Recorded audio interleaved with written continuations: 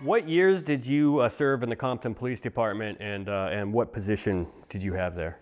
From 1988 to year 2000 when it disbanded, I started off as a patrolman, and then I went to as a gang officer, and eventually ended up as a gang investigator.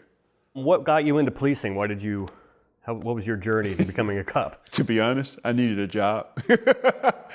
And after I applied for the job and got the job, I found I was pretty good at it. Yeah, but it wasn't something I grew up wanted to do because my dad did it. He was a farmer, but you know, life was different. I grew up in Memphis, Tennessee area, oh, wow. The metropolitan area, which outside of Memphis, about 30 minutes outside of Memphis, but it was still Memphis metropolitan area, but it was across the Mississippi line. And what brought you out to Compton? Again, looking for a better life. You know, I did the Beverly Hillbilly things. I loaded up the car with my family and my everything I own and headed west. Yep. And it all worked out, thank God. Yeah. You ended up as a gang detective for Compton PD. Yes. What led you into that, and why'd you want to do that? Once I became a police officer, I was pretty active. I liked the active life, the active life in law enforcement, chasing guns and drugs and cars and stolen cars. And all the people that did those things were gangsters. So I got to know them pretty well. And I got pretty good at my job. Yeah. And you said something interesting. We were talking about how Compton is kind of disarming to people, that when they come to see it, it doesn't look. You said it looks. The people come thinking it's going to be one big housing project, but it's beautiful houses and. It's very. Most people, when they hear of Compton or think of Compton, California, especially after gangster rap, a lot of the officers once they come to California, whether vacation or on business, they would want to come and do ride-alongs with us. And when they got there, we would show them the city. Okay, when are we going to get to the projects? We only have one project building in the city. Well, 2 project buildings, that's it. Like, no way, this city got to be, no, we don't have that. This is a city with regular working people. We have documented 5,000 gangsters, and those guys are really screwed up. They do bad things to good people, and that's why you're here, and that's why we're here. So that's pretty much what's that. Yeah, it's just 5,000, you said, screwed up guys that are messing it up for everybody else, basically. Messing up for everybody. But that was most of our problems in Compton was the gangsters. The other people were just any other city. You're going to find the prostitutes and the drug addicts in any city. But we just had the gang problem. What was your nickname on the streets, and where did it come from? They started calling me Cameo. I used to wear a high top fade, and my eyes were, they still are big. They're still big. And I looked like the guy that's singing Cameo. That's what I was told, the reason they started calling me that. I'm like, who's Cameo? You, fool. Like, okay. All right. So even like the gangsters started calling you? The gangsters, it mainly started the female gangster in Compton. She would always call me that. And that's when I first heard it was from her. And then it just kind of caught on all over the city. And I was like, when I would ask her, why are you calling me that? And she showed me a picture of the guy who sang with Cameo. This is you, is your brother? Like, no, it's not my brother. I don't know that guy. I'm doing police work because I don't have rich friends or rich relatives. It's like they, with Brennan getting the nickname Blondie from DJ yeah. Quick, right? Most of the gangsters had a nickname for everybody. For all the cops? Yeah. Interesting. Well, the most active cops they did. Right. Yeah. Do you remember any other guy? Did Reggie Sr. have a nickname? They just call him Reggie, or most people call him Uncle Reggie because they have been known him for a long time. Because he worked, I think he worked, he was a meter reader for Edison, I believe. I was working, like I say, for Edison and stuff, and I used to go into these neighborhoods to collect the light bill and stuff. And me being from a big family out the projects, I knew how my mama used to hide from the people coming to collect the money. So I felt bad in doing that job at Edison, turning lights off and on. But I would see the guys growing up, playing little dice games when I go to collect. And I used to help their parents and stuff. I would have to turn off the lights and stuff, but I would show them how to turn it back on after I left. So I got credit for it. So that's how I got kind of like liked in the neighborhoods, all these different little neighborhoods. That was my area in Compton. So I met a lot of these parents from different sets. That guy knew everybody. It was unbelievable. And when I first started working with him, he sit me down and talk with me because I was this gun-ho cop. I was out there chasing people. And nobody got a break. Everybody's going to prison. You know, I don't give a crap what it is. You're going to jail. And that was my attitude until he sat me down and talked to me. Hey, he's like, hey, Ray, I like you, but I want you to work with me, but you got to change. You got to bend and give a little bit. And the whole thing is, we're not giving these guys any breaks because whatever break we give them, they're going to give back. And just don't come down so hard. You know what I'm saying? You ain't kicking ass, taking name, almost like LAPD when they adopted Crash. It was all about, you know, you don't talk to them, you don't baby, you don't get no intel. Roughing them up and stuff. Like, hey, hook them up and shut them up. Yeah. Shut them up and hook them up. Not giving them anything, but relating where that you can deal with it, where they respect you as much as they would respect the police. And once you develop that mentality, you'll be a great gang officer because you know everybody out here, and everybody out here in the gangs know you because you're active as crap. You know, like I said, guns and drugs, that was my things. And stolen cars, anything that they did, I want to be a part of it. So they were gangsters. I guess I was kind of living the gangster life too, because my gangster life was another concept of it. I was enforcing it, the laws of it, and they were breaking those laws. I had to think like them, talk like them, walk like them, to understand where they was going and be there before they got there. And by doing so, I got to know a lot of the gangster females from the Hispanic side. The black females wouldn't talk with us. They was just like hardcore, no, no, no. But if you talk with the Hispanic females and always compliment them, I learned that early. If you complimented them, because the guys wouldn't, you know, hey, you look pretty today. You look nice today. And they would learn to talk to you. They would tell you things that was unbelievable. And of course they would say, I'm not going to court. And my attitude was, yeah, Shicker, you're going to court. You just don't know it yet. But I have your name, I have your number, and when they subpoena you, you're going to have to go. And it got to a lot of Hispanic females, and we solved a lot of crimes that way. And by then, my partner, Gary, we worked really good, Hispanic gangs. And when we started working them on that angle, they were shocked. Of course, they didn't know why we heard all the things that we say because, yeah, your girl's pissed at you. And she's going to call me in the middle of, pace me in the middle of the night and tell me things that she's going to be sorry for telling me tomorrow. Amazing. So you mentioned, you know, that Reggie seemed to know everybody because he was from there. He was from Watts at least, and he working as for the electric company.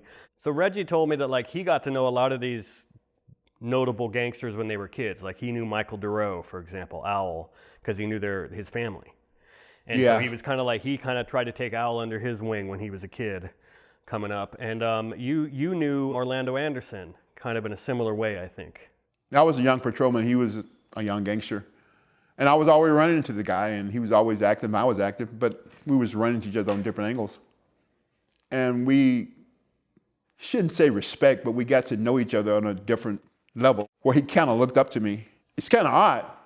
When I looked at him, I saw my son's face in him. The resemblance was quite stunning.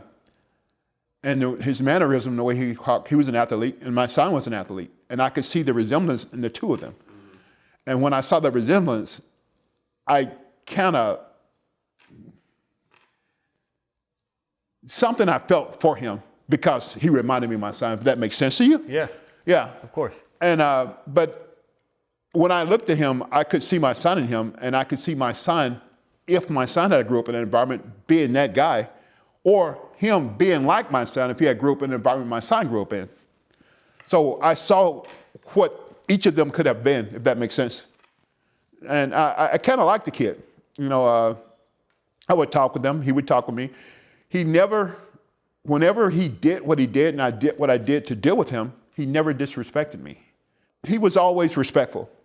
And I could tell that he had some home training or bringing up. Someone in his family brought him up the right way. He just went astray, if that makes sense to you. Yeah. Yeah. His uncle too, it seems like, Keffe was raised, based on what he said in his book anyways, was raised well. He was already going up to take classes at UCLA while he was still in high school, and then for whatever reason he just chose the street life instead. The street life in Compton can be powerful. At that time, it was very powerful, especially for young men, young black men, and young Hispanic men also. A lot of those kids that had grew up in another environment, say where you grew up and where I grew up, they might have been different people. I don't know. Right. Yeah. Do you remember any specific run-ins with Orlando Anderson that kind of stand out to you? Can't call it a raid. It wasn't a warrant. We ended up in the house. We ended up chasing a bunch of those guys in the drug house. And we ended up getting some bullets out of there and some other guns, I think. Some guy had a gun. We chased him into the house, and we get in the house, there's a bunch of those guys in there, and we detained everybody and identified them. And I think we recovered some bullets and a gun. We ended up sending that gun to Vegas, some of the bullets, but it wasn't a match. It wasn't the gun. We was always chasing those guys. Yeah. They were active and they were young. And we were young cops at that time. So figure that out, you know. Yeah, you guys run, we chase you. Exactly. Yeah. Do you remember having run-ins with Keffe? Keffe?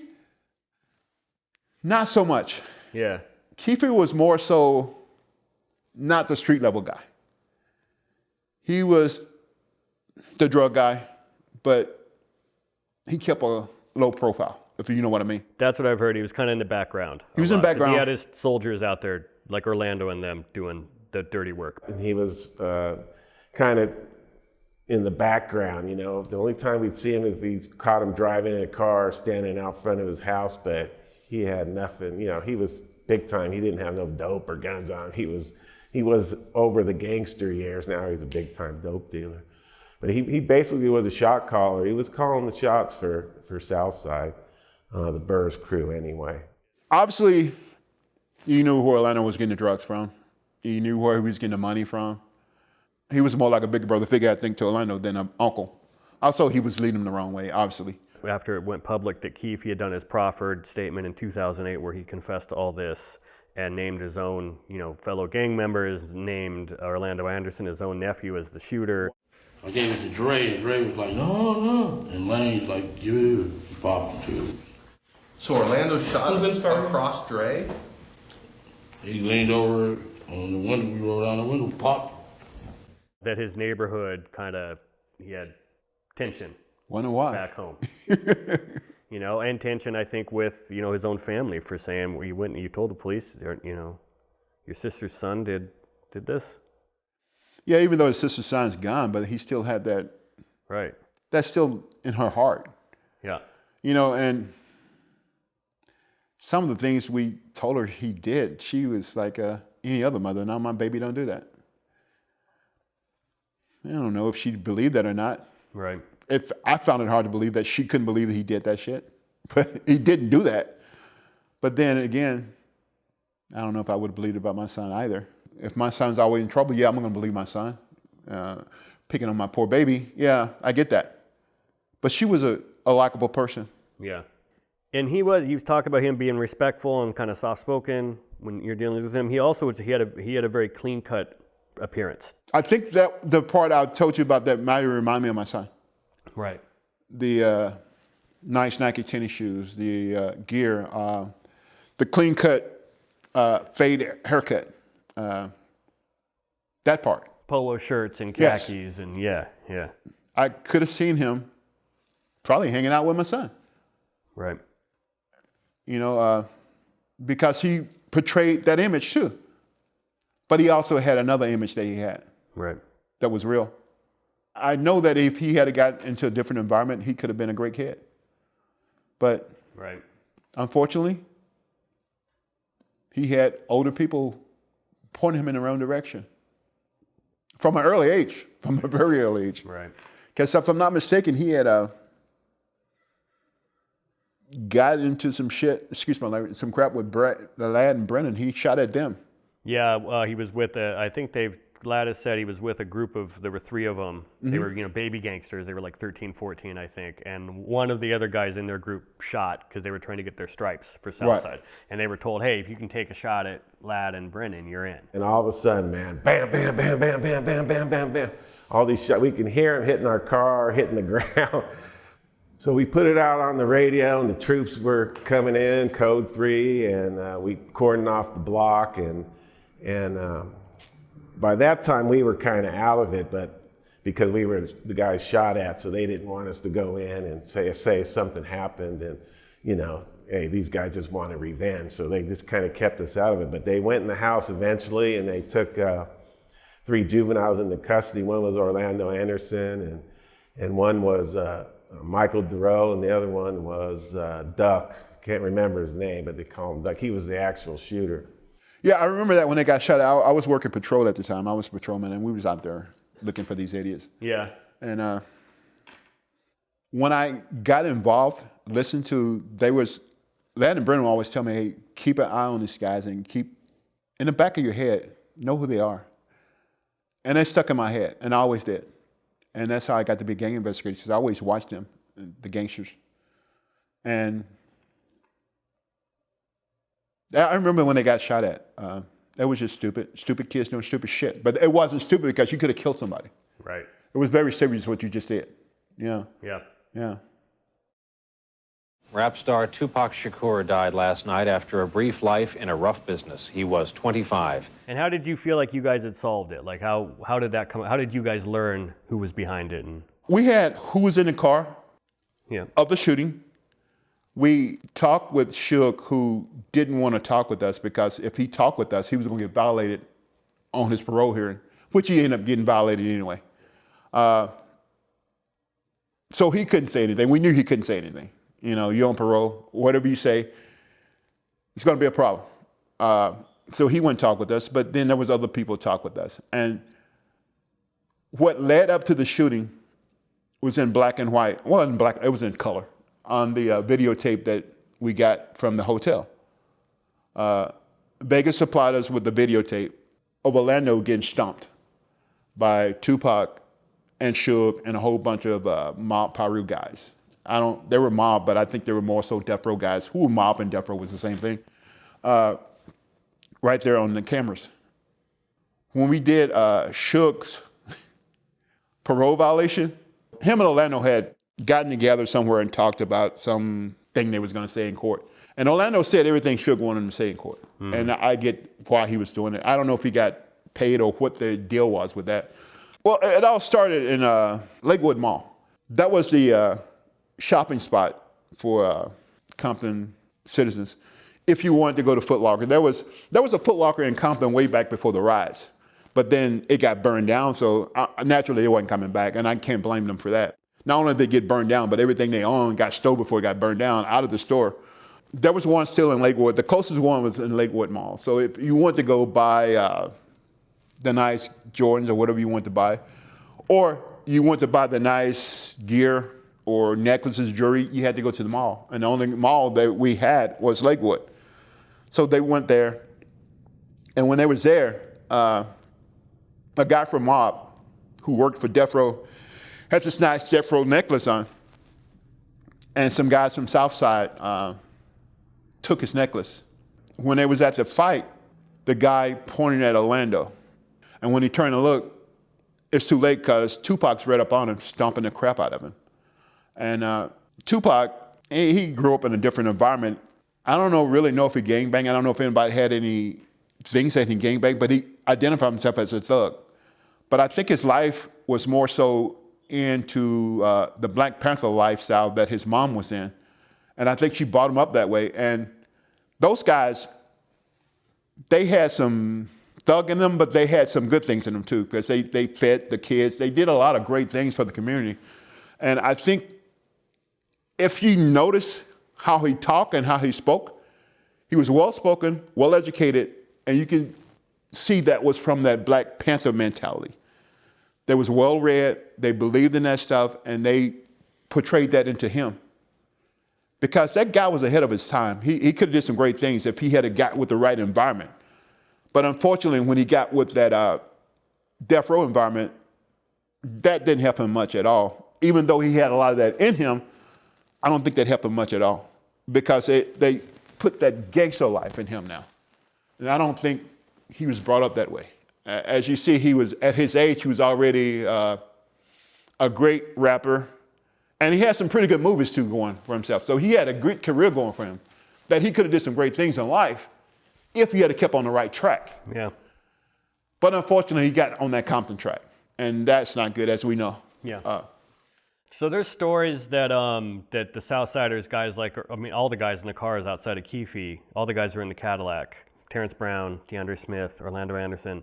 There's informants came forward and said that they were bragging about the murder, basically. That they were all, each one was taking credit for actually pulling the trigger. Terrence Brown was supposedly telling people I shot him, and DeAndre Smith is telling people I shot him, and of course Orlando Anderson. Even when we brought everybody in that was in the car, I don't remember the names, but we brought them in and interviewed them about being in that car. Nobody owned up to being in that car. Then Orlando, we interviewed him, he told us he came back and he went to, I think it was a clinic in, again, Lakewood, and got his shoulder looked at. But that's after he came home. That's after he came home. Yeah, because now they're kind of, some of the conspiracy theorists that don't want to believe Keffe and all this, they try to say that he went to the hospital in Vegas that night, so therefore he couldn't have done it. But of course, there's no record. And there was even some rumors of some people saying that Suge had Tupac kill him. Like, why are you going to kill your golden goose? That doesn't even make sense to me. You know. Also, with you sitting right next to him in the line of fire is the other. That's okay, so dumb. Shoot my golden goose, but shoot me in the head to make it look good. Do you know anything about? There was this claim that I think his name was Patterson. He was a narcotics officer. He claims that he came back and told Ladd and Brennan, "Hey, I think I found the Cadillac, the shooter's Cadillac at a rental company out here," and then they went, "Well, did you impound it?" He had no, and they're like, "Well, go get it." And that when they went back, it was gone. It was gone. Yeah. Well, the main one we thought that came back to me during the investigation, that they believe this is definitely the car. Bobby Baker and I think one of our Jerry Patterson, one of the guys that was working on the team, found Enterprise in Long Beach and found out that the person who rented was the mother of Bubba what's his name? T. Brown, yeah. T. Brown. It all added up that this appears to be the vehicle that's described. And I think that information was shared with those two detectives initially. And they were going to deal with all that, impound whatever. But I think all that was dropped because of they were told to come back 3 or 4 days into the investigation and drop the case, basically. That's as I recall. When we first heard about the Cadillac, everybody was scoping out Keffe D's house because they thought it might have been there. So I think that car was located at the rental site. I don't know if the rental company got rid of that car intentionally or they rented the car out. I'm not sure which one it was. They could have gotten rid of it intentionally, knowing the history behind that car. They didn't just want to get it associated with that crap. I could see why that's not good for your business. It's too bad though, because they could have still got the paperwork. Yeah. And you'd have that. You'd see it was because the claim was that Terrence Brown's mother or mother-in-law had rented it for them. Was that a rented Cadillac? Yeah. Who rented that Cadillac? T. Brown. Yeah, T. Brown. His mom, right? Mother-in-law. Right. And if you had that proof, your name on the rental record, then you would have that would verify and things, you know? With the mother renting the car, which would be typical for that because most of those guys had no credit history or credit cards to go with that. If you don't have credits, you don't have credit cards if you don't have the history to go with it. Yeah, it was always like moms and aunts and girlfriends that were buying the cars or renting the cars. Yeah. Typical. Yeah. Crazy. After Tupac was murdered, Vegas contacted Detective Brennan, who's no longer with us, may he rest in peace, and I, concerning some things to deal with the fight they had that led up to Tupac's death. They had another fight coming up. They wanted us to come up there and identify any gangsters that was coming into the fight so they wouldn't have that problem again. So Brennan and I went up there and spent the weekend at the fight. That was a nice trip. We had a good time. after that. And when we came back, we started investigating everything that led up to that death. What happened from the moment you heard Tupac got shot? And because like I know Bobby Ladd said that Reggie Sr. called him in the middle of the night and said, hey, this just happened, and he basically warned Ladd, this is coming back to Compton. We heard Reggie Sr., who is the father of Reggie Jr., who was head of security for Death Row. So we get a call from Reggie and says, hey, Tupac just got shot. It doesn't look good. He's in the hospital, but they're saying it's Southside Crips, and get ready because it's coming back to Compton. Yeah, I remember that. Tupac had gotten shot. It was a 4-man gang investigation unit. Myself, my partner, Eddie Aguirre, Timmy Brennan, and his partner, Bobby Ladd. Those two guys were more so OG. We were the younger guys, my partner and I. Not younger, but we just had less experience and time on it as they did. But we were all about the same age. So we had to work the weekends. They didn't. So I think that happened on a Saturday night, and my partner and I was patrolling, and we knew this is going to be a long weekend because all this crap going to end back up in Compton. And even before that long, we started getting some stuff back and forth between Mob Piru and Southside Crip. It had already made it back to Compton, even before the night was over. Do you remember what happened, or just I don't remember what happened. I think it was just some shootings back and forth. I don't think if anybody got shot or not. But anyway, it started that night, and the next day was full blown. I think it was Sunday. It was full blown, and we was working. All four of us were working. Yeah, and there was Darnell Brim was the first like notable person that got hit. He was the Southside, the kind of Keffe's counterpart at Southside Crips, the other shot caller. Yeah, he was. He survived, but he was shot. He was shot in the back, I think. I think it was Temple and I can't remember the other side street where they had the drug house. And that drug house was a major gang house too. So if you was looking for anybody active from Southside, you could find them there. Not so much Orlando or Al. They wouldn't hang out that house that much because that house was hot. And they were smart enough to know, I don't need to be there where it's hot at. Unless I'm in and out. I got to go. Not only that it was a major gang spot, but every patrolman knew if you want to go make yourself a quick drug arrest, right, you can go get you one there. You know, not so much the sellers because they were smart enough to see you coming way off, but the buyers, they wouldn't see you.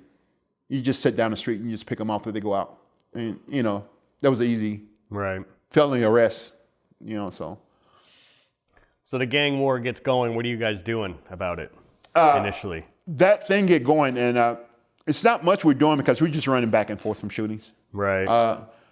Reggie calls us up and goes, hey, Darnell Brim was over there in Alondra over there by Atlantic.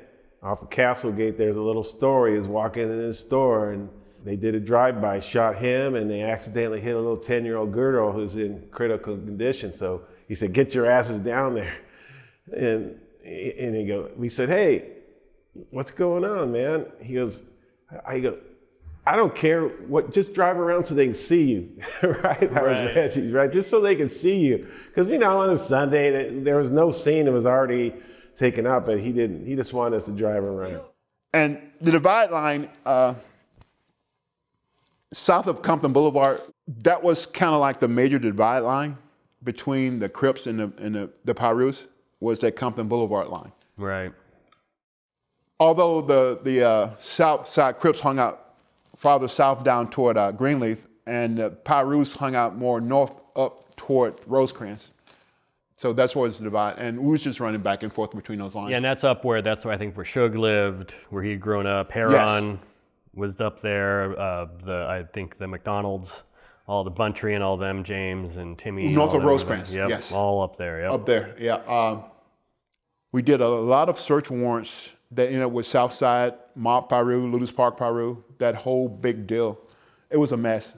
We had so many search warrants that we did. We only had 4 investigators. It was myself, Brennan, Eddie Aguirre, and Brennan's partner, Bobby Ladd. it was only 4 of us, so we couldn't handle all the stuff we did. We had to bring in all of our patrol officers, which wasn't merely enough. Linwood Sheriff, Carson Sheriff, I think some guys from LAPD that we knew. They was happy to help us. Some federal guys, we had a whole army. We only had like 130 cops, so we couldn't do everything we needed to do. If we brought every cop in to handle the houses that we're going to do warrants on, there was nobody to patrol the city. So we had to bring other departments in to help us to do all those warrants. And that took us a whole day. We did a lot of investigations to lead up to that. Our investigators have investigated the shootings in Compton and revealed that some of the motivation for some of the shootings in the city of Compton may have been retaliation for events that occurred in the city of Las Vegas on September 7th, 1996. Las Vegas Police Department was present as observers to our operation. We have cooperated fully with them and have made our arrestees or anyone else that we contacted available if they choose to interview those persons in connection with the events that transpired in the city of Las Vegas. I had known Orlando before that, but then I got to know him personally because I looked into his personal life after that incident. And after the incident, when we arrested him, I talked with him for a long time. Can you tell us a little bit more about Mr. Anderson, a little bit about his background, why you're interested in him? Right now, again, Mr. Anderson is the subject of an investigation, and any further information I cannot share with you. We touched on this briefly when Orlando Anderson gets arrested after Tupac's murder during all the raids. He gets picked up. The house he was in that they arrested him out of was on Burris, there in the heart of Southside Territory. And they found guns and ammunition in there, and he tried to claim it wasn't his house, but like his high school diploma was on the wall. Like, so it was kind of hard to... Right. You know what I mean? How do you say it's not your house and it's your diploma on the wall? But do you remember, I believe you were present for when Vegas detectives interviewed him, because apparently they interviewed him in the parking lot of Compton Police Station. And I think you were there for that. I remember briefly they did when they brought him in. Mm-hmm. But when we interviewed him, and there was 2 detectives that went on the race with us from Vegas. We tell them, hey, we're going to interview this guy. We're really going to interview him, so we need you to come down there. We're going to put him on video, and we're going to talk with him. Their attitude, I don't want to say because I don't know those guys. I can't say if their attitude was good or bad because it might have just been their attitude, that don't give a shit attitude. But what I saw as been investigated was like, don't give a shit attitude. They didn't seem to care. And we sit there for a while, and we can't figure out why we're running this interview. It's not a crime. They're not saying anything. And a lot of the crime information we had was from them. We wasn't there. We didn't go to that scene. Right. So we was asking questions about a crime that we really don't know much about other than what we've been given. Sure. They're not chiming in, and we can't figure it out. Finally, they say, hey, look, you guys go ahead and seem like you guys are on top of this. Go ahead and take care of this, and we'll get back with you later. I'm like, it's interesting you said he was nervous after that, and I saw an account by one of the Vegas detectives, and he said the same thing. That Orlando was kind of shaking a little bit, and, you know. He was very nervous. Yeah, we want to talk to you. Well, what about? It was, I think you know what it's about, about a murder. And, and we think he wanted to know about the murder. And he was really curious about the guns that came out of his house. I don't know why. Like you said, if you said they're not your guns, not your house, why are you worried about this shit? And that's why I couldn't figure it out. But he was worried about it, and he was talking about it, and he didn't talk much. He wanted to stay away from the house. He wanted to stay away from Vegas. He wanted to stay away from Tupac. He wanted to stay away from everything. But then when we finished talking, we didn't get much out of him that day. I was going to walk him back up because I had to report with him. I walked him back up to the jail to put him in jail, back into his cell. And that walk took like an hour. The guy, I could see the fear in his face for the first time in his life. I saw fear in him. But little did he know, I couldn't tell him that, I really don't want to say it on camera, that Vegas really didn't give a shit.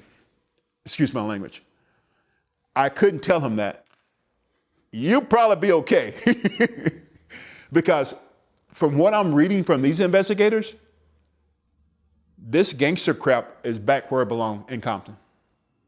And we really don't give a care. We're gonna go have us some breakfast and we're gonna go back to Vegas and we're gonna be fat, dumb, and happy. I shouldn't call them that. Right. And you guys can deal with your gangsters any way you want to. Wow.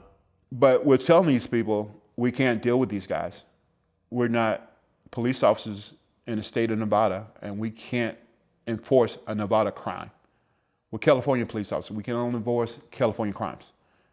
So we can't enforce this homicide with this guy no matter what we get from him. There's nothing we can do with it without you. They didn't seem to care that much. And obviously, they care now because they solved a case that was solved in 1997, 96, or whenever that happened. Now all of a sudden, some younger guys got it. Oh, we solved it. Man, we solved this and wrapped it up in a nice, pretty bow, a blue bow, and gave it to you. You didn't want it. Wow. He just wanted to talk about life and about everything, but what do you think gonna happen? And I can't tell him, like I told you, I don't think anything is gonna happen. As you notice, the investigators from the scene, from the crime scene, walked out. I didn't get a good feeling from that. I don't know how you feel about that, but I didn't get a good feeling about that. So I can't tell you anything. I'm not your lawyer and I can't tell you shit. But if it was me, I probably wouldn't be worried about this much. They walked out. They didn't seem to care. Me and my partners, we can't investigate Vegas crimes. Right. That's a whole different state. Do you remember anything else that he talked about on that walk, or anything else he asked about? He was concerned about what was going to happen to him. Yeah. He was concerned about what happened in Vegas, him getting stomped. Was he going to have some issues from that? He was concerned about there being a problem with him and Suge Knight, Death Row, and Ma Peru. I'm like, I don't know. I wasn't there. So, but you're saying that was Suge stomping you and Tupac? Well, I don't want to talk about that. Anything criminal he didn't want to talk about, but he wanted information from it. Mm-hmm, of course. But I can't tell you that if you don't tell me you're there. Well, I wasn't there. I don't know what you're talking about. Looking back now, I think he had already been talking with Suge about what they're going to do about this parole violation, because they seem to make that disappear pretty quickly. Yeah, and the story is that he was paid. Yeah. I don't doubt it. Yeah. I don't doubt it. So either he hadn't talked with them, but maybe sometime after that they got together and got that solved pretty quick. Yeah. Because he forgotten everything that happened that night, even being in Vegas, Right. Yeah. Yeah, there's some interview with him when he's with his lawyer and he's being asked, when did he find out, how did he find out that Tupac was shot or something like that? And he said something that made it sound like he wasn't even in Las Vegas when it happened. And his lawyer immediately jumped in and said, no, strike that, because she immediately realized that's obviously a lie. You're on video. You're on video. There Exactly. That night. You were obviously like... When I heard that Tupac was shot, when I was at home, matter of fact, I was at home, like... No, Mr. Weinstein, okay. You did not hear about it. Someone didn't call you and tell you about it at home. And I don't doubt that, because Suge's lawyer was pretty shaky. Do you know what Orlando Anderson's reputation was in Compton after Tupac's murder? Because some people are like, he just kind of became a legend, at least in his neighborhood. Well, see, that was one thing that no one talked about with him. I would see him from time to time, but he still was that, with me, he had portrayed that mild-mannered attitude. And the way he portrayed himself with me, never thought he would be a killer, but he was. That guy was a stone cold killer. Okay, so let's talk about the day that Orlando Anderson dies. Uh-huh. We'll start at the beginning of that story of where you Because I know like Ladd and Brennan and Reggie Sr., I think the briefing had just, to start the day, they were just starting the day. It was like in afternoon.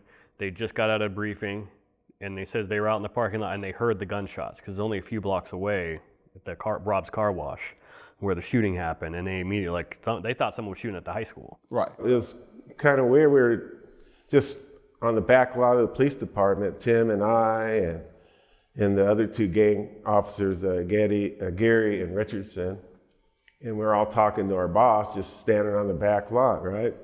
All of a sudden, we hear multiple gunshots. It was coming from around Alondra and Acacia. Almost, we thought it was coming from the high school, you know, because Compton High is just right adjacent. So we run our cars and we drive down there.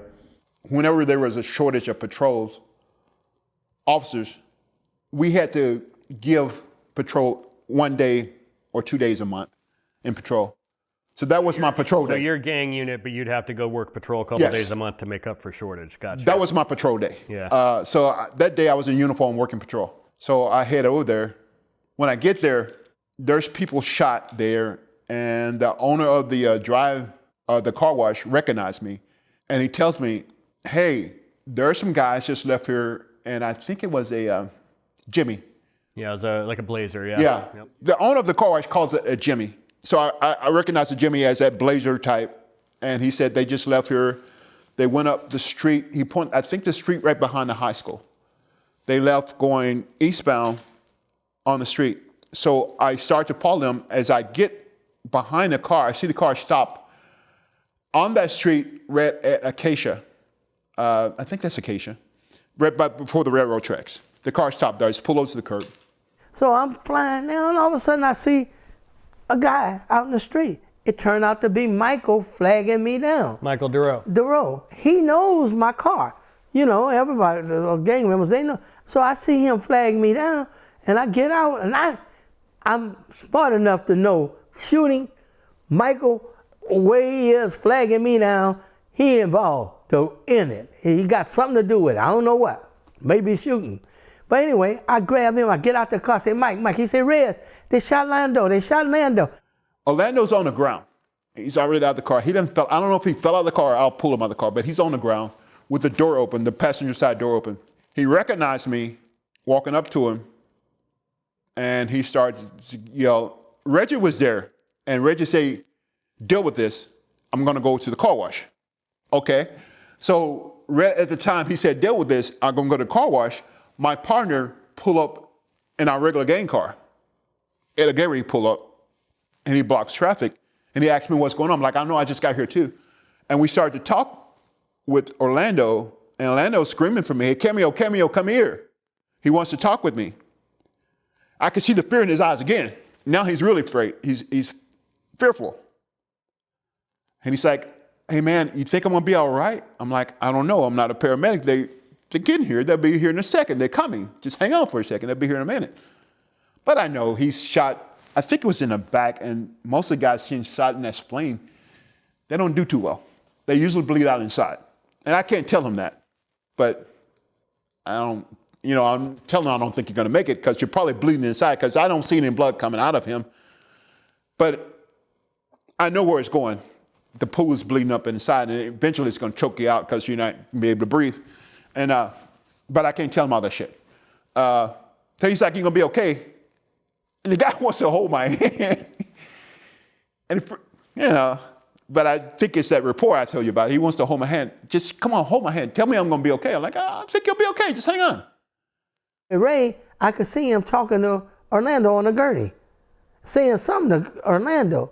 Because I realized he wasn't dead. Because when I went and checked on him, and we called paramedics, he was alive. But they tried to do something at the scene, and then they put him on a gurney, and Ray talking to him.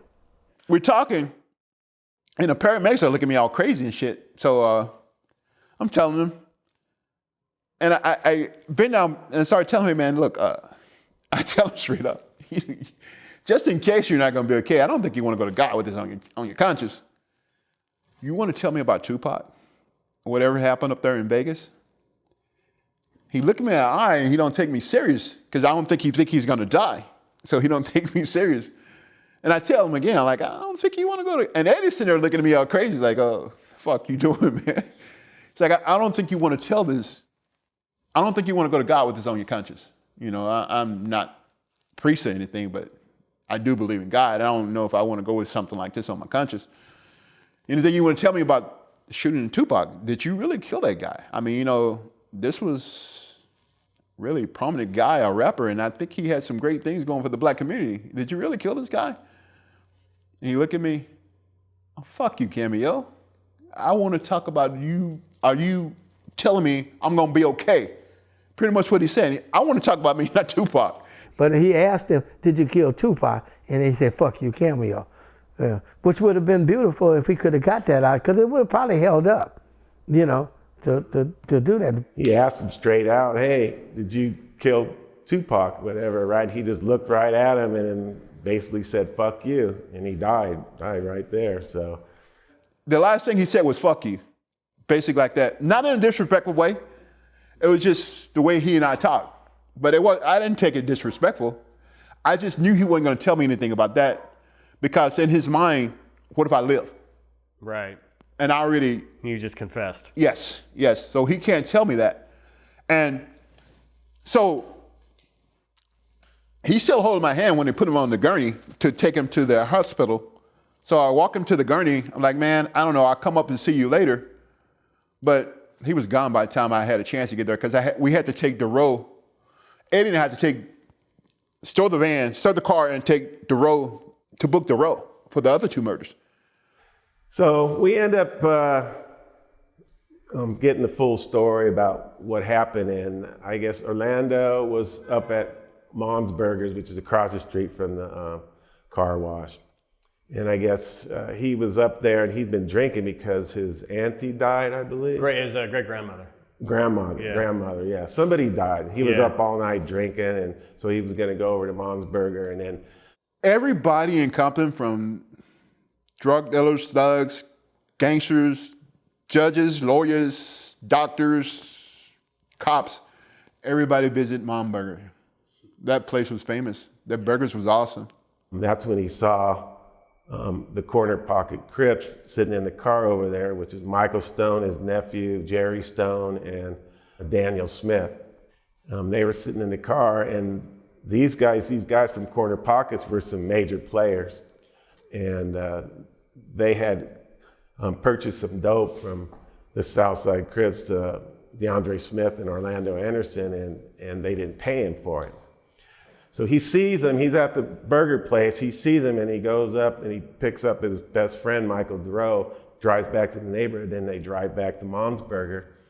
Now they want to go confront him. So they drive up in the car wash and they both start getting out of the car. Michael Stone's a big dude, he's big guy, right? And so he starts to get out of the car. Orlando pulls a 9mm out and he starts shooting at Michael. Well, he's got a gun too. So he starts shooting back, right?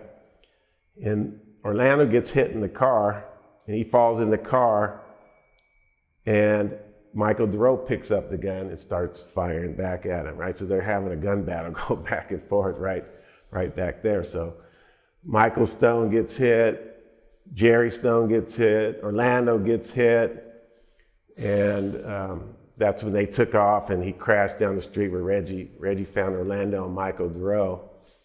And so we had a triple homicide, basically. So we get the road down to our office to interview him about the murders, and I give him this way out, but he won't take it. I'm like, hey, look, man, I'm gonna give you a way out. I'm gonna be better than your lawyer today. No lawyer can give you what I'm gonna give you.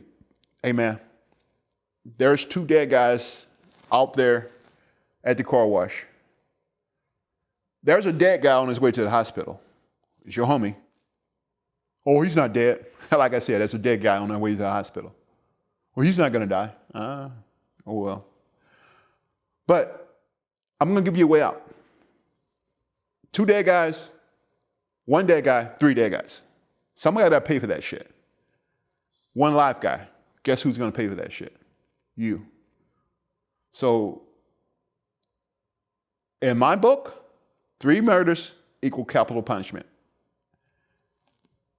Unless you want to give up your life, I don't know. But I'm going to give you a way out of all this shit.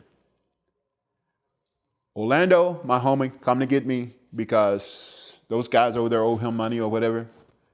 They get in a shootout, and I'm telling Orlando, stop, don't do this dumbass shit. He do it anyway. Next thing I know, you guys drive up behind the car, and he's down there dying. And I don't want no parts of this shit. Walk the fuck out of here tonight. Maybe not tonight, but you can walk out here eventually. No, I can't do that, homie. That's my homie. Okay. His homie died. And I'm telling him, either you take this now or you never get this chance again. If you don't take it tonight, because once you do realize he's dead, no one's going to believe you anymore. But now, if you tell me now, I can put it on paper and I can present this to the DA. Right. Maybe it goes someplace, maybe it won't. But you got your story out there. Don't wait till it's too late. But he waited. He didn't want no parts of that deal. And I can understand why. And I told him, I respect you for that. But you defending the dead man. Because he was afraid if Orlando makes it, now he's snitched on his best friend, basically. Yes, not only him, but the whole neighborhood. Right. Now, that what you just said too, plus the respect of the neighborhood. How could you do that to your homie? His memory. But then, fuck your memory. Excuse my language. You want me to do life in prison or sent on death row for this shit? No, man, I can't do that. He's dead. And honestly, it wasn't a lie. Orlando did shoot those guys. So it wasn't a lie. Orlando just got caught in the middle. But he played homie, he defended his homie to the end. Right. And I respect him for that because like you said, they grew up together. Yeah. But then me, personally, my partner Eddie, who's dead, me going to prison for him, like, Eddie, I love you, but I got to go home with my kids. Right, I'm still here, so. Yeah. Yeah, and Guerrero got 3 life sentences. He'll never get out. And I told him that. That night I told him. But he didn't want to hear it. Yeah. I told him there's 3 dead bodies and somebody got to pay for that. And even though your homie's going to die, you got to pay for that one too. Because that's in the commission of another murder. But I'm being better than your lawyer can ever be for you because he can't be here tonight. Yeah, I'm offering you a deal he'll never be able to get you. Exactly. And if he was here, I'm sure he'll tell you, idiot. Right. Yeah. Wow. What was your experience during the LA riots? Oh, that was kind of scary. Not scary as far as being afraid of what was going on. I was afraid of these fools going to burn the whole city down. I'm going to be employed tomorrow. Right. That was the fear. You're not going to have a city to patrol. Exactly. Right. That was the fear. That was an experience that I've never seen before. Out there and you seeing real life people, mothers with their babies out looting. You're like, what the hell is going on here? You see all these people with cars loading up furniture, putting it in cars like, oh, come on, man. And then when you drive down the street, after things had mellowed out a little bit, everybody got their furniture on the curb, their old shit. It's like, you gotta be shitting me. Wild. So we end up getting together, a couple of U-Hauls, and just knocked on doors. You've got some receipts, you ain't got no receipts, we're taking this shit. Wow. People had new furniture in their house, TVs, all kind of shit. And we held a line on stores like the swap meet, and I think it was Circuit City. I think they went out of business, the whole... Yeah, they're gone now. Whole thing went out of business. But we had a Circuit City there, and that's where we held the line at. Circuit City, the swap meet, and I think Kmart was there too. But some of the smaller stores, you're pretty much on your own. Right. And there was stuff, you see people coming out the stores, and there were so many people that we arrested that some people we just, like fishing, throw them back in the water. Right. You know, guy walking down the street, walking out the liquor store with 2 cases of beer, take the beer and throw him back. Right. Because we got no place to put you. Right. And if we do have a place to put you, I don't have time to deal with you for 2 hours booking you on petty shit. Right, I got to be out here. I got to go. Right. Yeah, so that you have to pick and choose what you're going to get, what you're doing. And it was a different world. And you see some people, some that was looting, you look in their face like, come on, ma'am, you got to be shitting me. Well, I need this for my baby. I understand that. We all need things, but let's not take them. What's going to happen tomorrow when you need to go shop at this store and this store doesn't exist no more? They didn't understand that. It's free. We're going to take it. Okay. It's not free though. It's going to cost you a price that you're not willing to pay. Right. But that was a different world, to be honest with you. I think everybody thought it was free. Yeah. But we try to explain it to them like, yeah, it's free for now, but then you got a price you're going to have to pay for this shit. And yeah. If you go like now, well, then we try to explain to them, you're looking for your mail, it ain't going to count.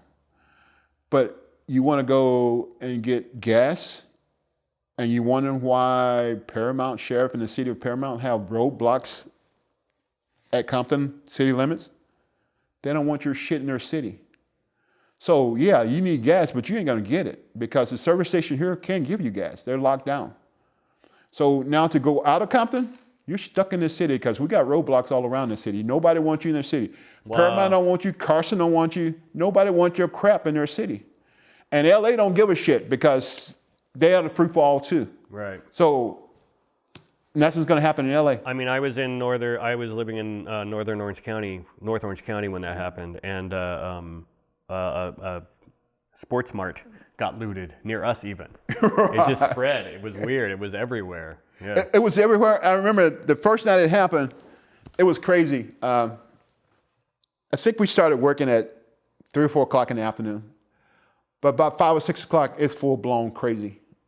And we just going from place to place. Shit's burning and people everywhere. Yeah. So that morning, we work all night. We were supposed to get off at 12. No, we got off like 8 o'clock. They tell us, hey, we got another shift come on, but we need you guys to go home, pack a bag for at least 2 weeks, and come back right away. You can get you some sleep, tell your wife goodbye, whatever, maybe have breakfast with her, and then you can come back. So I go home, I tell my wife what's going on. She washed all my shit and put it in a bag and pack a meal for me. I get everything I own. The guns I have at home, I get all them shotguns and shit. I load them in the car. They're on the back seat. So I'm busting ass going back down the 91 freeway. I get stopped by this Anaheim patrolman, the motorcycle cop. He's talking all kind of shit to me. Typical motorcycle cop. Where the fuck you going so hurry? I'm going back to the Riots, man. We got to go. I'm Compton police, so I got to go. If you got no business with me, I got to go. Oh, you driving fast? Yeah, I know. I told you I got to go. We got those guns for it. I just told you. I'm going to the Riots. The Riots was yesterday. Look at that cloud over to the west. It wasn't a one-day thing. What do you think that smoke cloud is? Right. Oh, well, what you can do, hop back on your bike and follow me if you want to go fuck with some people. Right. I can give you all the people you can fuck with. Oh, no, I don't want that. Okay, well then get back on your bike and go about your business. I got work to do. Yeah. But he didn't want to follow me. So obviously he didn't want to go fuck with some real people. Excuse my language, but you know. Right. Yeah, but after that, we got there and they put us up in a hotel. That hotel, and we stayed there for about a week. Wow. Dealing with those people, and it lasted for a while. By the time the National Guard Marine got there, the shit was kind of under control by then. Right. When we needed them, they wasn't there. But it wasn't their fault. They had to be activated and takes time to mobilize called them. out and mobilized and all that stuff. So it was a venture, and it was a scary venture because they put 2 Marines in every back seat of every Compton police car. Great, cool. But communicating with them was different. I could communicate with them a little bit because I was Army, prior Army, but our language was different. There was Marines. If I said something, they took it differently. And we went to a call where shots fired it was some back and forth between husband and wife and arguing over kids, typical domestic crap. So, idiot, we outside, idiot arguing with his wife, he comes to the door with a shotgun. Big mistake. Because like I say, we got like probably 6 patrolmen out there, and each patrolman got 2 Marines, so there's 6 Marines too.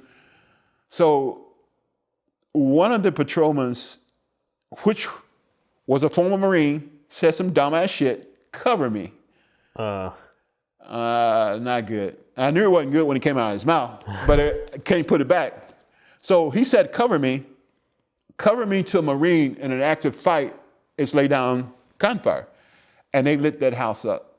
I think that house had like, they brought the door to court when they sued the shit out of us, but they couldn't sue the Marines. Right. Wow. They sued the shit out of the police department. They brought the door to court. It was shredded. It was shit everywhere. I think Bobby Ladd might have been there, and Brennan, because I think they wrote about that in their book too. Yeah, they were there. We all was on patrol at that time. Right. So, yeah, so they lit the door up and they sued us, and quite naturally they couldn't sue them. And luckily, thank God, there was a husband, a wife, and I think 2 or 3 kids in the house. Thank God nobody got hit. Yeah. I don't know how, because that was the only God that protected those people inside of that house. Right. Because the Marines lit it up. And they were using rifles. They were using assault rifles. Yeah. Yeah. So thank God nobody got hit. I don't think any police officer was shot because they knew what was going on. The guy there wasn't a target there. But cover me, cover me. The mother, her sister, and her moms or her grandmoms, I'm not sure which one it was, had moved into this apartment building in Compton. I think they were from LA, that family. But they were Hispanic ladies. But for some reason, they were attracted more to the Spooktown Crips, who were black, than the Compton Barrios and Tentas, who were Hispanic. Well, I shouldn't say Hispanic. There were black guys in that gangs too.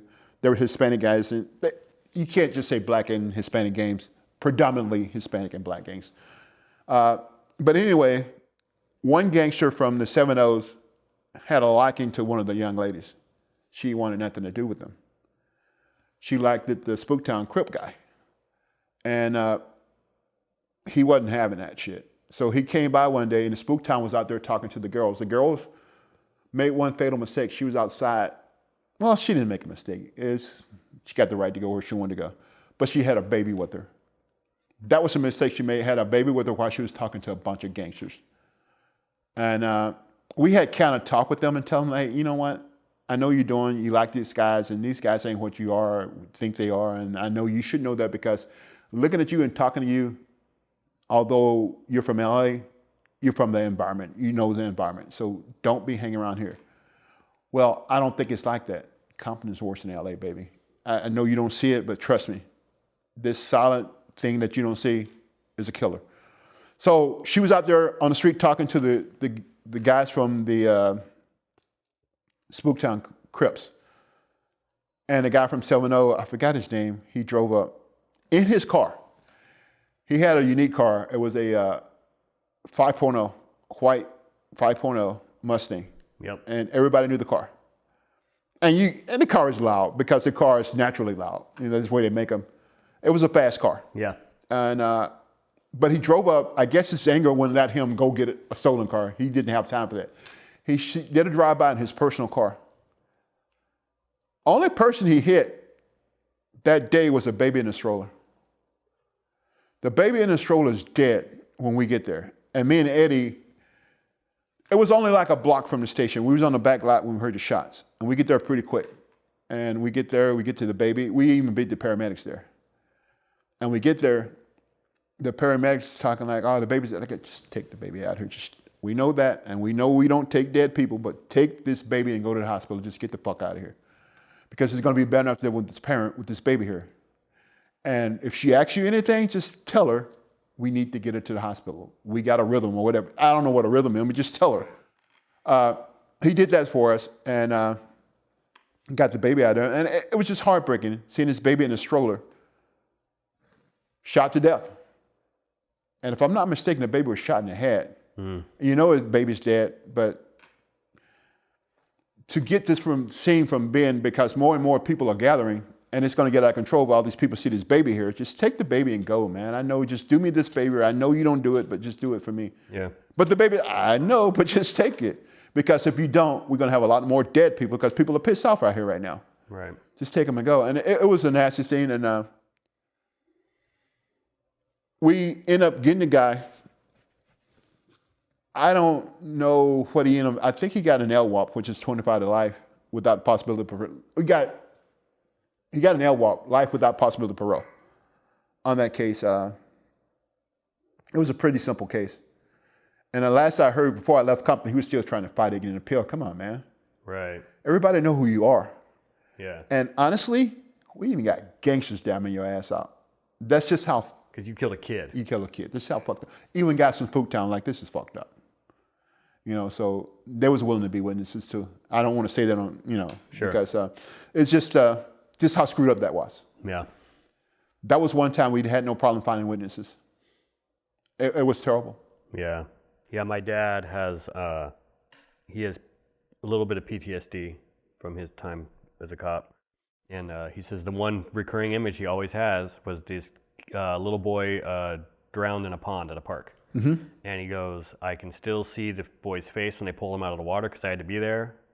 And he goes, I can name all the guys that were there. I can tell you what everybody was wearing. And he goes, and I get up in the middle of the night to use the restroom, and that image will suddenly pop in my head, and then I can't go to sleep again afterwards.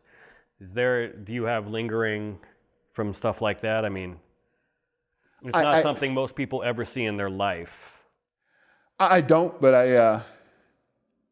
I don't sleep much. I wake up a lot, and I'm sure it's behind that. And it was another case that bothered me too. Brennan and I investigated that one. It was I think the baby and the mother was from I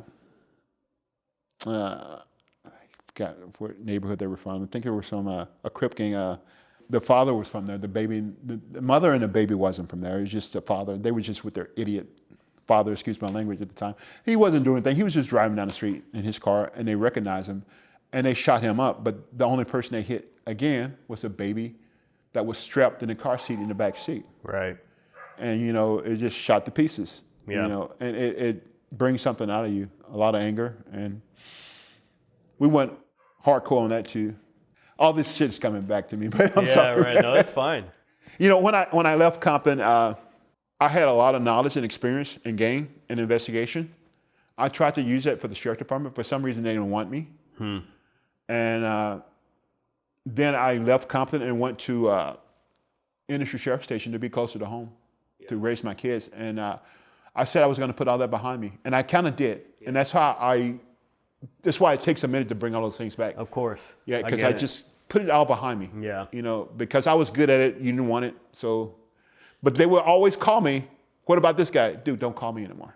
Right. Lose my phone number. Right. I'm not good enough to investigate your crimes, but you want to call me for a gang investigator to go be your expert in Orange County, San Bernardino County, and Santa Barbara and Riverside County. No, tell them don't call me.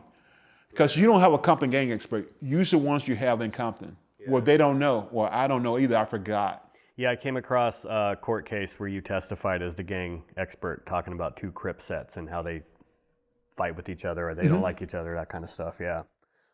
I look at some of the things that's going on in Compton now. It's a different world, man. Totally different world. Yeah. A lot of those guys those really hard guys are either in prison or dead by now, because it's been, 30, 40 years? And I remember this one guy, I can't remember his name, from Southside. The guy had my respect. I was a young patrolman then. Whenever he did a drive-by, we knew who it was, because he never, ever did a drive-by. He parked the car, got out, and shot who he wanted to shoot. I have respect for a guy like that. And I remember when we ended up arresting him, he said, I don't want to hit. I was taught to respect my elders and babies. So I'm not going to kill people that I don't want to kill. They don't deserve that, but these people that I'm going after do. And we had another guy that was from, he was from Acacia Block Crip. I don't remember his name right now, but I was interviewing him on a homicide one day, and I was talking with him, and I respected that guy because he never lied. I was asking him questions, and he was like, hey, dude, that's your job. You prove it. You get your investigation. But basically, I'm not going to lie to you. So you ask me a question. Whenever I asked him a question that he didn't want to answer, he would defer in another direction. That's your job. You prove it. Right. But he wasn't a liar. And I tell people all the time, I respect killers sometimes more than what I do liars. Because they don't lie. They're just not going to tell on themselves. Right. But he was that kind of guy. Yeah.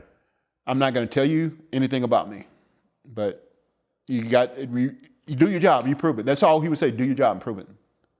Right. Yeah. So I knew when I was heading in the right direction, he would say, just do your job and prove it. What do you think about Keffe D's current situation now? Well, first of all, what did you hear when he first started going public? Did you hear about it? Because his first public interview was on BET in 2018, like February of 2018. They aired his first public interview where he talked about openly about Tupac's murder. And I don't know what got into him. Dude, you got away with murder. Go away and be an old man and be happy. You know, I can go back and rock my grandkids on my knee and say, thank God I'm not in that shit no more. But I don't know why he had moved to Vegas and seemed like he could have had a good life up there. I don't know why he wanted to come back to Compton with that shit. Excuse my language, but cut it and just let it go. But he didn't. And he brought that on himself. Why, I don't know, because it sounded like he downed himself out. And the whole thing is, we all know, and he knows too, the shooter's dead. Now what? Right. And the shooter was dead probably 6 months after. I don't know, Alana didn't live too much longer. It was like after 18 that. months later, 18 months later, yeah. He wasn't around much longer. Nope. So your window of opportunity was pretty short and narrow. And we gave you that window, but you walked away from it. And that was the thing. You know, you either get this guy now or he probably ain't gonna be around longer. But they didn't understand what you're saying. Right. You know, and it was almost like it's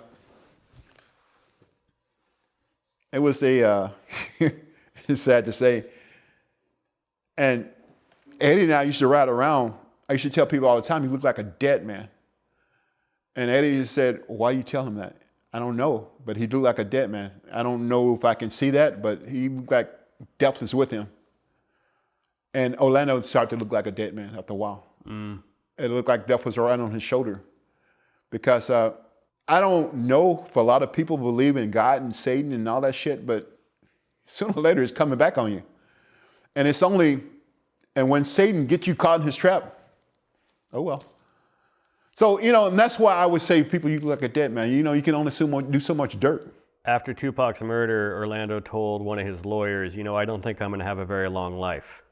So he must have felt that. He probably felt it too. His turning point was probably the thing with Tupac. Either go this direction or go that direction. But he chose back down the road that he came from. And that's what happened. Yeah. So what do you think is going to happen with Keffe now? His trial now he keeps getting delayed. He keeps changing lawyers. He's got another new lawyer now. He just changed again a few weeks ago. His current trial date is set for August. And his new lawyers said they're not going to get a delay. He's ready to let's go. He's kind of cocky about it. But you got a guy that's publicly spoken about his alleged role in this murder 9-10 times at least now, if you include his book and all the YouTube interviews and BET and like.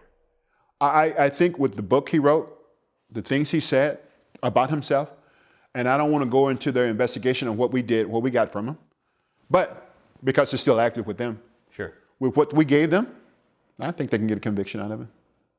Even with him not being a shooter. Right. I don't think it mattered because he was there. And now he's putting himself there. You know, what an idiot. That's all I can say about that. Yeah, how do you walk that back? Yeah, what an idiot. And say, oh, I was just making it up, and put I wouldn't gamble my future on convincing a court that. Me personally, I would have been with my wife, my kids, my grandkids, and or maybe preaching from some pulpit somewhere. You know, because this is what I got with kids. Don't go down this road, because I can tell you personally, don't go down that road, because I got away with murder, pretty much. You know, so, and it's sad to say because at his age, you think he would have known better, especially coming from where he came from. Right. But it seemed like he never stopped. you know, and I thought he would have changed directions with his nephew, which was more like a brother to him, getting killed. I thought that would have been like a time to change, but he didn't. Yeah. But my mom's always said there's a bad wind that never changed direction. So I don't know. It's kind of like he wanted the clout, but not the consequences. But there's always consequences. If you want this part, you got to get the other part too. And unfortunately, you got some young guys in Vegas that's going to make a name for themselves. Yep. Off some shit that happened 30 years ago. Of a homicide that was solved pretty much the same week it happened. They picked up a book. What the fuck I got here? Excuse my language. Look what I got here. I got a solved homicide. It's a cold case that was solved. Let me go solve it again. And the idiot that lived here, that was involved, lives here in our city now and won't shut the hell up. Yep. Beats me why he was talking. When Biggie was killed, do you remember that? And did that touch you guys at all in any way? Do you remember? Not so much. It was LAPD's case, obviously. It was Wilshire Division, and then later on RHD's case. But I remember it happening. I remember it being the suspect being a clean-cut black guy in a Chevrolet Impala. Mm-hmm. And Ding Dong, Keffe D. That's what we thought. Because he was a clean-cut black guy with a Chevy Impala. But that never went any place. And also, they found his Impala in the backyard of his girlfriend's house under a tarp, which also caused even more suspicion. Why are you hiding this car? Right. This nice new car. Why is it not a normal thing to do? I remember that. We did a search warrant for that house for that car. Do you remember, were you there for that? Yeah, I remember that. What do you remember about that? Not very much because it went no place. Yeah. It went no place. And the word on the street was Southside was supposedly providing security for Biggie. Yeah. So why would Keffe D do that if they're providing security for him? You know, he said the day I met Puffy, my life started going downhill from that day. He should have kept his low profile mentality and stayed out of that bullshit. Do you have any memories of the Albert Webb Jr. murder? I do. During that investigation, a lot of things was happening politically in the city with the police department. The politicians was no longer happy with the police department. And they put it under the disguise of our department's are thugs. No, we're investigating thugs, which are you guys. You're upset with us because a lot of money is missing within the city. And none of the employees of the cities can now get raises because you mishandled all this money. And now, as the police department of the city, we got to investigate these things. Well, you can't investigate us because you work for us. Well, yeah, but we work for the state of California and the people of California, not just the city. You write the check, but we work for the people of California. So we had to investigate all the crimes in the state of California. Right now, you're a criminal, as far as we're concerned. Well, we didn't tell them exactly like that, but they got it because we was investigating them. And the main guy we was investigating was the mayor at that time. And that's how all the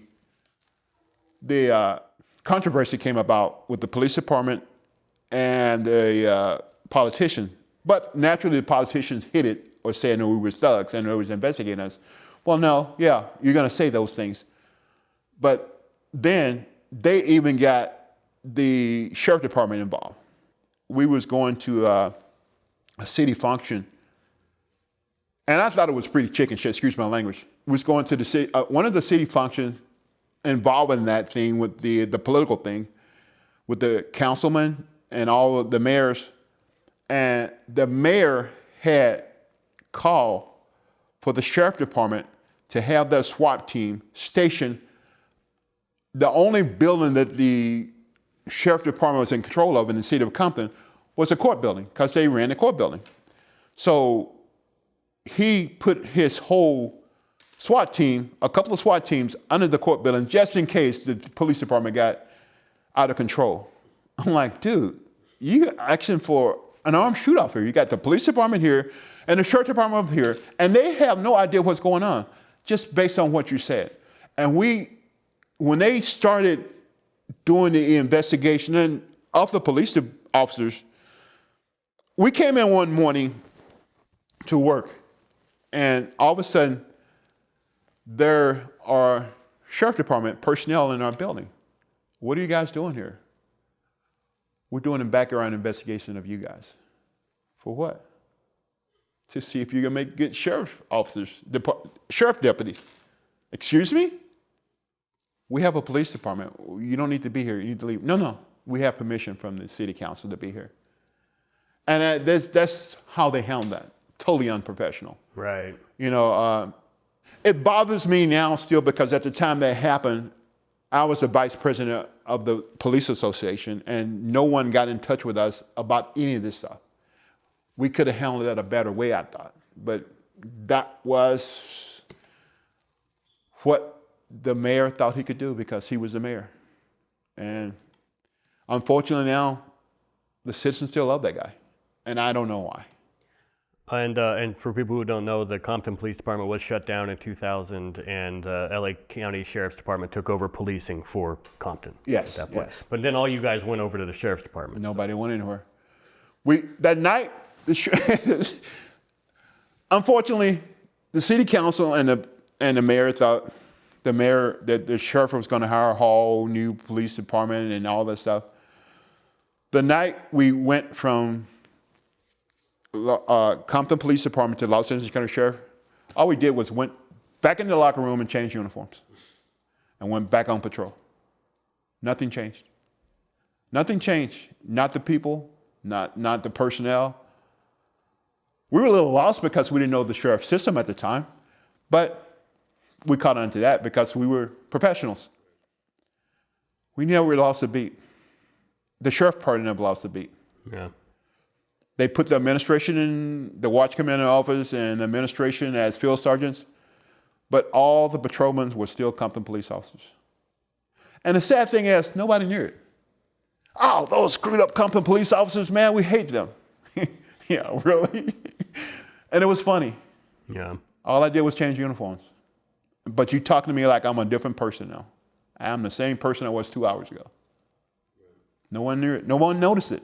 No one noticed the face was the same. It's unbelievable. That's crazy. And I had a council person come up to my partner and I, and she started to tell us one day how much she hated the Compton Police Department. I'm like, wow. And my partner, who was a deputy from Carson Sheriff Station, he was the original deputy, he's sitting there laughing, she don't get it. He said, Big Ray, this lady hated you. Like, that's amazing. I hated her because the first shooting I got into, my gun went click and it was a gun they gave me. Come to find out the gun was used. This was the gun they gave me to go to the academy. I got out of the academy, same gun that I used in the street. And the first shooting I get to, click. What the hell? You know? But this is what you think of me. Right. So, not that I hated you, I just had no respect for you as a administration. Right. We went from city police to the county police to the sheriff. I drive up, I'll be listening to the rap. They're like, why are you listening to that? Because all this shit tell a story, man. You really need to get into this, especially the older rap. If you want to know all this gangster shit, it's a story. They're rapping about it. And if you don't understand what they're saying, you're not going to understand this life. Right. This is the life. It's here. They're making a map for you that you don't even know. And if you do anything else as a gang investigator, you need to listen to this shit. Right. It's a roadmap. You know, just like the street signs, the walls are roadmaps about what's going on, so is this. If it's something good to rap about, we need to rap about it. You know, so, but they didn't understand what I was saying. Yeah.